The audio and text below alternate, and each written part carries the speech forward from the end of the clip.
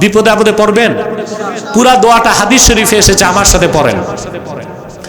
হাসবি আল্লাহু লা ইলাহা ইল্লা হুয়া আলাইহি তাওয়াক্কালতু ওয়া হুয়া রাব্বুল আরশিল আযীম।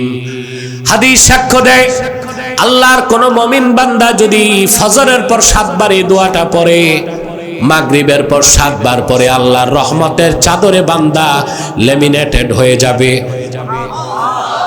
কোন বুলেট বোমা, নজর, জাদু, বান কোন কিছুই তার শরীর স্পর্শ করতে পারবে না। কয়বার পড়বেন? সকালে 7 বার, বিকেলে 7 বার। হযরত ইব্রাহিম আগুনের মধ্যে। কাসাসুল কোরআনে ইবনে কাসির লিখেছেন, হযরতে ইব্রাহিম আলাইহিস সালাম যাকে বাবা বলতেন, আজার, সে প্রাসাদের ছাদ থেকে আগুনের দিকে তাকাইছে। আজার তাকায় দেখলো বিশাল আগুনের কুণ্ডলীর ভিতরে সবুজ বাগান।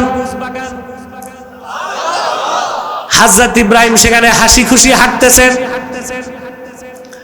অনিচ্ছায় তার জবান থেকে বেরিয়ে গেল, সে বলতে লাগলো, নি'মার রাব্বু রাব্বুকা ইয়া ইব্রাহিম। আরে ইব্রাহিম, সত্যি আজকে তোমার রবের পরিচয় পেলাম। তোমার রব কতই না উত্তম রব। আমরা তোমারে আগুনে দিলাম, আর তিনি আগুনটা তোমার জন্য ফুলের বাগান বানায় দিলেন। তাওয়ারিখে তাবারিতে আল্লামা ইবনু জারির তাবারি লেখেন, 3 দিন পর, কোন বর্ণনায় 7 দিন পর, আরেক বর্ণনায় 40 দিন পর, গ্রহণযোগ্য মত 3 দিন পর ইব্রাহিম আলাইহিস সালাম বেরিয়ে আসলেন। নমরুদ দেখলো হযরত ইব্রাহিমের শরীরের একটা পশমও জ্বলে নাই।